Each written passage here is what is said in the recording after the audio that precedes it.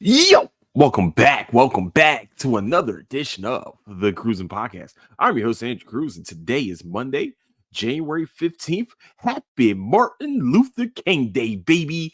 Woo! And also the ending to this Philadelphia Eagles tragic season. But we won't be talking about sports today. Okay, we're not going to do all that. What we're going to do is we're going to talk about positive things. Okay, we're going to do positive things here because yeah, this is what we're going to do. So, with that, where you can find the Cruising Podcast is on Apple Podcasts, Spotify, Patreon, YouTube, and anywhere you can find podcast needs. Is where you can find the Cruising Podcast. Also, where you can find latest updates to the show is on Instagram at Cruising Podcast, also on Twitter at Nicetown Finance. Thank you. I have a dream that this podcast is going to be amazing. That yeah. We got a dream out in these parts. Celebrating the late great Martin Luther King, his stance on civil rights movement without violence. All the speeches, the walk from Selma, Alabama, just everything, man. If you guys letters from Birmingham jail, great, great, great piece of literature that I think most English classes that I've ever been a part of actually had that as like curriculum type shit. So that's awesome, man. I'm happy. Dr. Martin Luther King, man, great person that jump started, my civil rights and my freedoms and things like that. So without him and without like the work of the NAACP, Malcolm X and people like him, Rosa Parks, people like this, and also the people that was behind the scenes. Without them, we would not be. We wouldn't be sitting in the same classroom as someone else, as my white counterparts. I wouldn't be part of a practically all white fraternity. Just all of that, man. I have nothing but great gratitude towards not just him, but also my ancestors before him that survived being slaves, survived the trek across the Atlantic Ocean, all that, man. It's just the Columbian Exchange. I can't be more happy and proud of my history, of both sides of my history. Well, a couple sides of my history. We don't know about some of it, but some of it, I do have Native American in me. Yeah, okay, I don't care. Somebody's gonna say, "Well, what you gonna be, Cherokee?" Yeah, we were Cherokees. Okay, that's what we do. All right, that's what we roll around. I definitely I want to touch on that in a little bit. But yeah, man, it really for real. Like I said, I'm just happy Martin Luther King Day. Hopefully, y'all actually took time to check out the history of Martin Luther King and some of the things that he actually was able to do during his lifetime. Very short lifetime at that. He got a lot done. So yeah, definitely go check him out. But where I was going with my other ancestry, which is the Native American one, I got to watch Echo. 5 episodes, the Marvel Spotlight series Echo of the which she's deaf and also an amputee that whoops ass. Yeah, that's beautiful. It was amazing. I would like to say this. I don't understand the hate behind this. Now, I like that the first thing that we like, one of the first fight scenes that we get to see her do is against Daredevil. And she held her own against Daredevil. Now, if you guys don't remember, Daredevil was running through Fist's army like it was like the hot knife through butter. Seriously, he's beating the brakes off of everybody. I remember the scene where he was going door to door, beating the shit out of whoever was inside of that room. Like you just see like one room, he just walks in, beating the shit out of somebody, and then the next room, they kind of like have like three people trying to overpower him, and he beats the brakes out of them too. It was kind of cool watching that fight because it was a blind guy fighting against a deaf and amputee woman. It's crazy. It's also crazy is that she's actually the actress is deaf and she's an amputee. And plays the hell out of that role. Oh my goodness. I think she did it. In my opinion, thought it was a great introduction of Echo. Now, I know people are sitting here like, well, they went to too many flashbacks. They did this, that, and the third. They did, this was supposed to be a spotlight series. Just a Loki was supposed to like push the cosmic and the multiverse thing, that was meant for the MCU to move forward. I think Echo does move the MCU forward, but on the ground level type shit. So when I mean from the ground level, here we are. You got Kahari, who came through during the during the What If series. We got to see her, the Native American woman that gets powers that like speed and healing and things like that. They have these powers that go through generational. This is why her name is Echo. But with Echo, what's cool about that is about this series is it does push a story forward, which is Wilson Fisk becoming mayor of New York. Sorry, this is a kind of a spoiler, real quick. I'm gonna put spoiler up there. I completely forgot, but we see, yeah, because you're not killing Kingpin in an Echo series. You're not doing that. There's no way.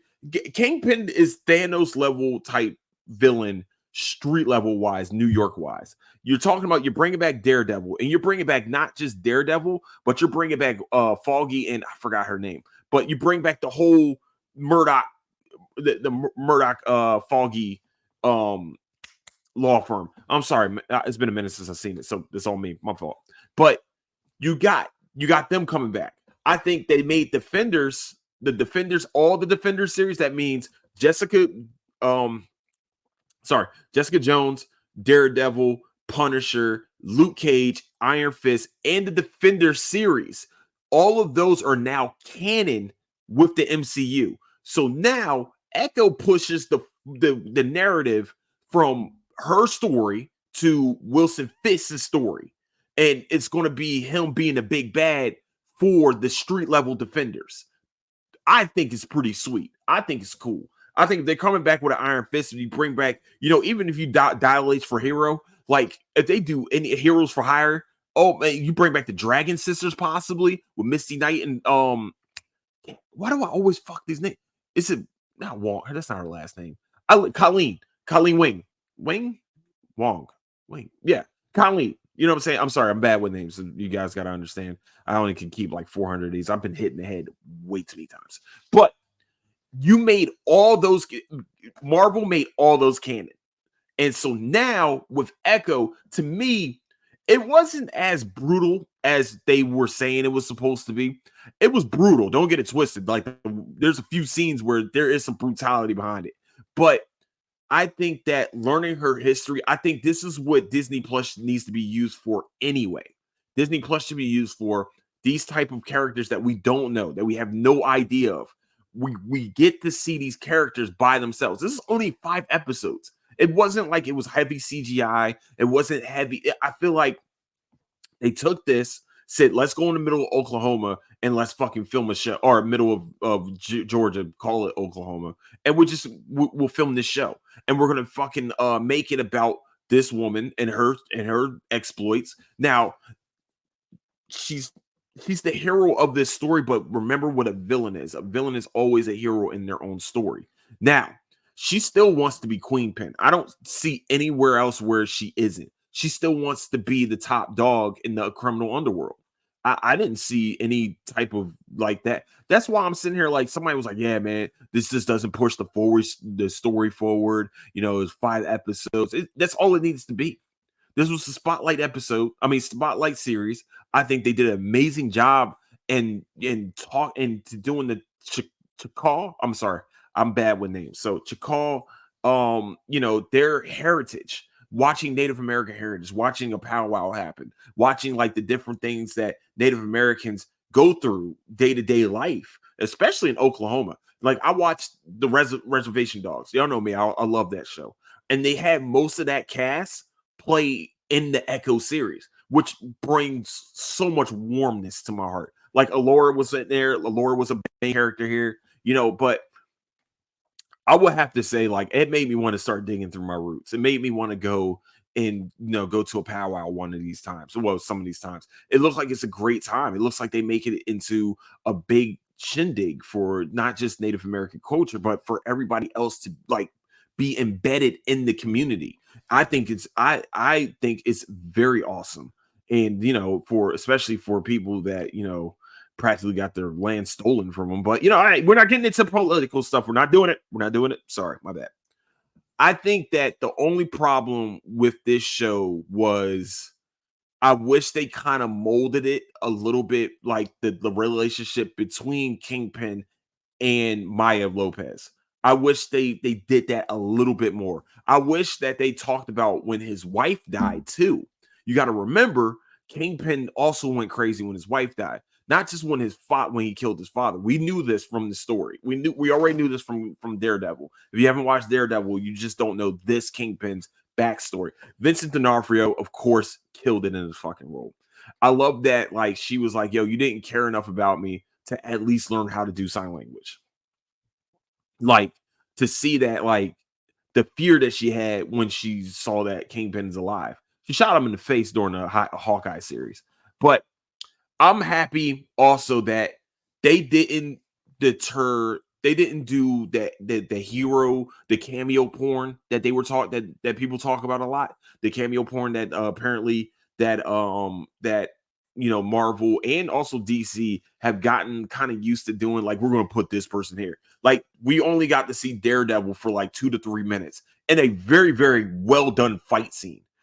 I think that this show did a great job into introducing the Marvel fan base into like a lot more violence. There's going to be a lot more violence, especially in Deadpool.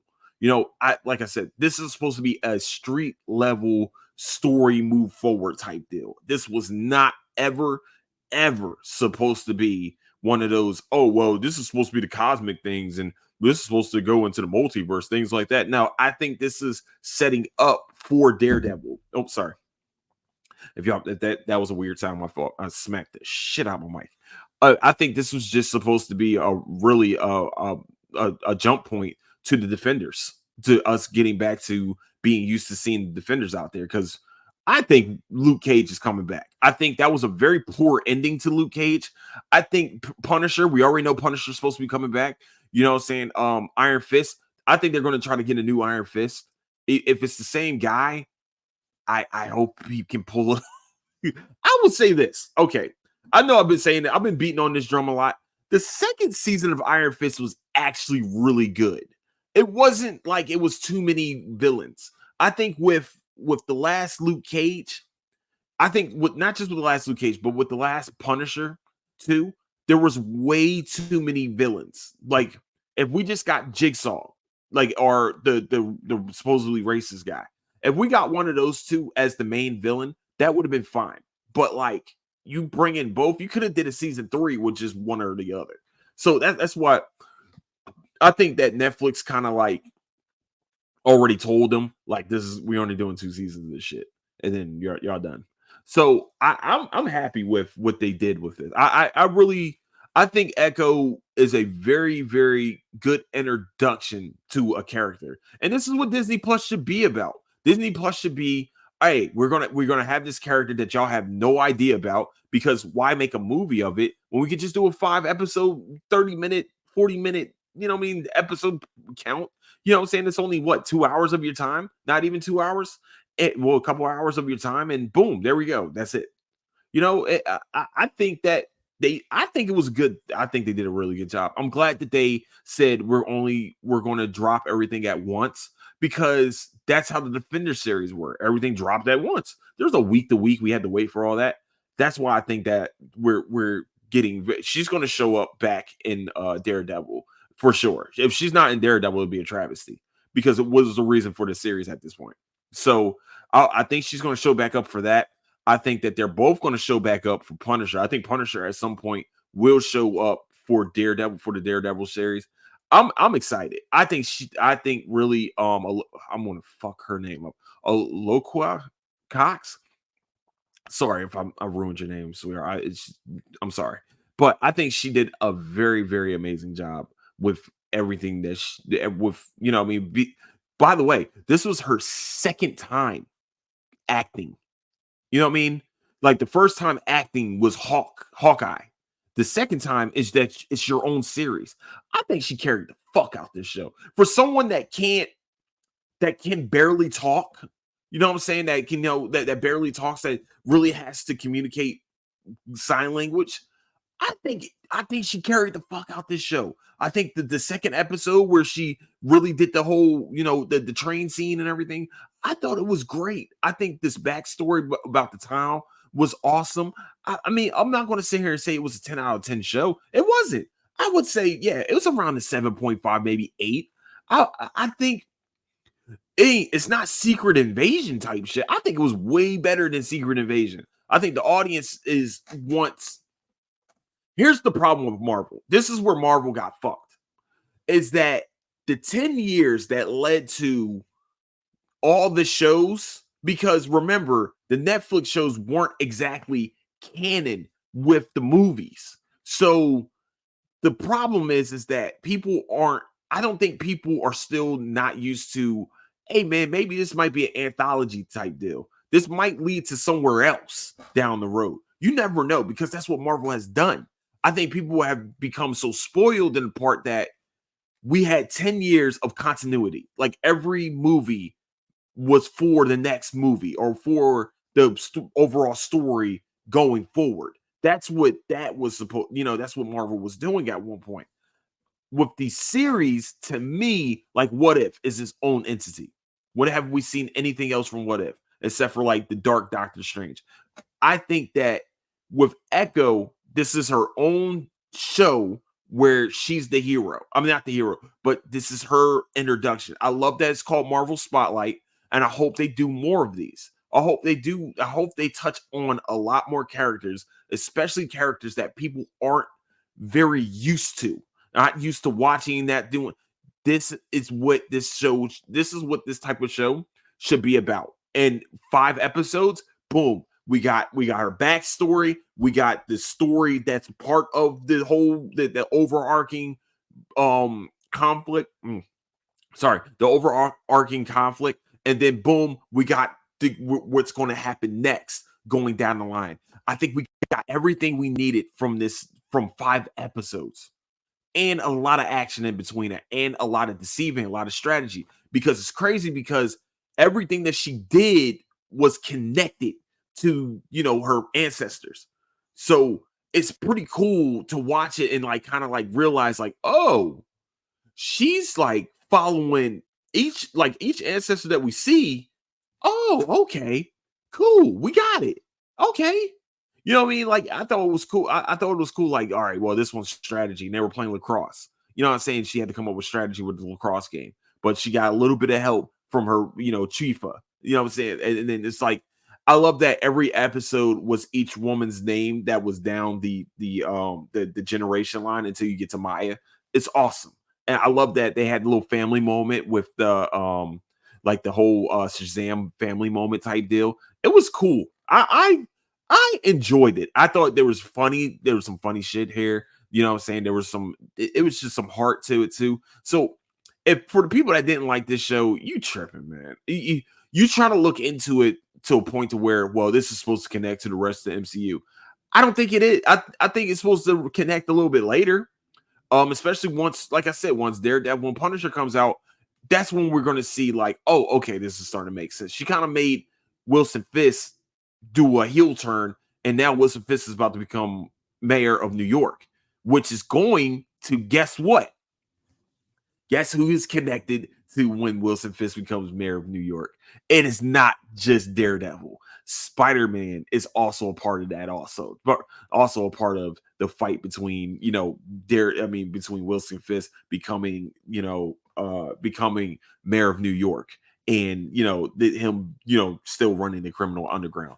Y'all, you gotta read into it a lot more. As a comic books fan, this makes me very fucking excited because now we're going to see Vincent D'Onofrio possibly fighting Tom Holland in the in the very near future, or even fighting Eddie Brock in the near future, fighting fucking Matt Murdock, in the near future. You know what I'm saying? Or Frank Castle. Like we're seeing this. He's going to be connected for a while, and I am all in for it. I hope people can just put away the whole thought process and just think about what this show is actually set up. It's set up a lot. Oh, man, I love it, man. The Native American culture behind it too, like learning about it. Man, I just want to learn more. I can't wait. I want to go learn more. I can't. I just, man, I just want to learn about that part of my heritage too. But awesome. All right, so that's it for Echo. I thought Echo, like I said, I thought it was a 7.5, 8 out of 10 for real. Normally I don't do rankings like that, but I think for what it's about to set up, for what it was, for what the show was supposed to be, I think they did an amazing job with it. And you can y'all can hate on it all you want, but I liked it. So gives a fuck. All right. Lastly, we're gonna talk about Fool Me Once. English show, mystery, drama, fucking great. They killed this shit.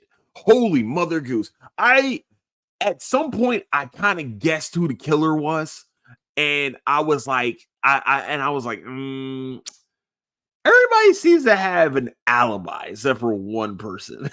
You know what I'm saying? I was sitting here watching, I'm just like, but it still was surprising, like, oh shit, and this is why this was done. And this is why this was set up like the way it was. Like the setup to the actual like reveal, I think was amazing. This is a show where they this woman apparently her brother, I know her sister and her husband die within 4 months of each other. And they're trying to figure out she's really doing it. She's a former army person or British um what was he? A British helicopter pilot. She was like the captain of British something, but like military type shit. And she's like doing investigation of why someone would go and kill her husband and her sister within 4 months and like uncovered this like great conspiracy behind what was going on with the family that she married into, which is a very rich family, very posh family. And this show is actually done very well. I think they did an amazing job with this show, with the setup, the plot, that just, oh man, it does get a little predictable by the end, but like you gotta watch it and be like, all this setup for that. Oh shit. Like maybe you should rewatch it and then maybe we see the setup and it's like, damn, they did that shit. Like that show was like British television. They know how to keep you guessing for a while there. Like Safe with the guy that played Dexter. I used to always know his name. Damn it. But the guy that played Dexter, he played an English guy whose daughter gets kidnapped. And man, they know how to keep you suspended. Or they know how to suspend this shit out your belief. And I'm here for it. Fool Me Once. If you guys get a chance, definitely go check that out on Netflix. It's amazing. It's amazing. I just that's all I can really say. It's a really good show. If you're looking to get like a little cat and mousey, little mystery, you want to do some guessing, like ooh, yep, that definitely check that show out. It's great. I truly would say I would definitely advise it for sure. Netflix is coming out the gates swinging their motherfucking fist. All right, that's about it. Those two, like I said, man, I want to get really like, I want to dive more into my Native American culture. I should have been doing that because I'm fucking, that's what I talk all that shit. I don't even do my due diligence. I'm sorry, but yeah, we're definitely going to be doing that for sure. And I might even have updates on the pod or right here, maybe like yeah, do some like shit. But next month is Black History Month. So we're probably going to be doing something for Black History Month for sure. I don't know yet. I don't know what the fuck we're going to do. Yeah, it's going to be this. Yeah, man, we're gonna figure this out. It's a lot figured out right now, man. But we're gonna hopefully by the end of this week, I'll have something like really locked down of what I'm going to do for Black History Month because yeah, I need to do something. Hold on, I think I didn't have anything else. We'll figure it out. Yeah, that's about it for the pod today. About 20. Yeah, we're doing about 25 minutes. Congratulations to all the teams that have advanced in the NFL playoffs. I will not be watching any more NFL for the rest of the season because it's not worth my motherfucking time. So go Sixers, go Flyers. Flyers are big bitches. The real Bro Street Bullies. Let's go. Okay, yeah, man, we're here. Philadelphia Flyers, the Broad Street Bullies look like they back, baby, for another one. And then we also got the Sixers looking really good with the big motherfucker named um Joel Embiid doing big things, looking playing like a fucking MVP. Then we got the Denver Nuggets tomorrow. So yay! So and also pitchers and catchers report next month. So yay, Phillies. So yeah, we maybe one of these teams won't disappoint me. So with that, I would like to say where you can find the Cruising Podcast is on Apple Podcasts, Spotify, Patreon, YouTube, and anywhere you can find podcast needs. That's where you can find the Cruising Podcast. Also, where you can find latest updates of the show is on Instagram at Cruising Podcast, also on Twitter at Nicetown Finest. And please, please, please leave a written review on Apple Podcasts and also just a 5-star review on Apple Podcasts and Spotify. It helps with visibility for the pod, get more people watching, get more people looking, and get more people taking it in, baby. Okay, and also lastly, like and subscribe on YouTube. That's a great help. And go check out the Patreon. I'm telling y'all, there's a lot more content coming on Patreon. I'm not playing around this time around. We're not joking. There's no joke. I'm at least having at least 100 episodes this year on Patreon. I'm not fucking around with you guys. It's not a joke. It's not a game. We are doing this thing here. Okay, so with that, I like to say I love you guys so much. Thank you so much for supporting the podcast. Don't do anything I wouldn't do, and I catch you guys later. Also, thank you, Martin Luther King, for everything you did. Deuces.